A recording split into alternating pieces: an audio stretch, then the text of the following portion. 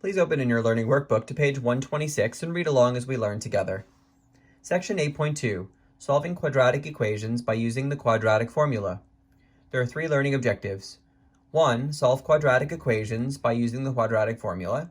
2. Determine the number and type of solutions of a quadratic equation by using the discriminant. 3. Solve problems modeled by quadratic equations. We begin with learning objective 1.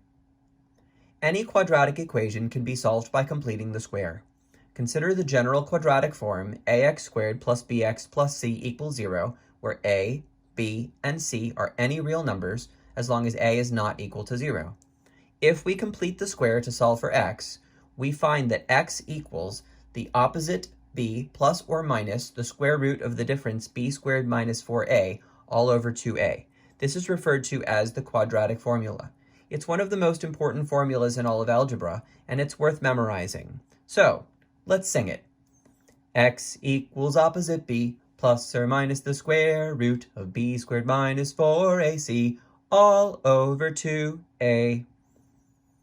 To use the quadratic formula, we must first make our problem look like ax squared plus bx plus c equals 0.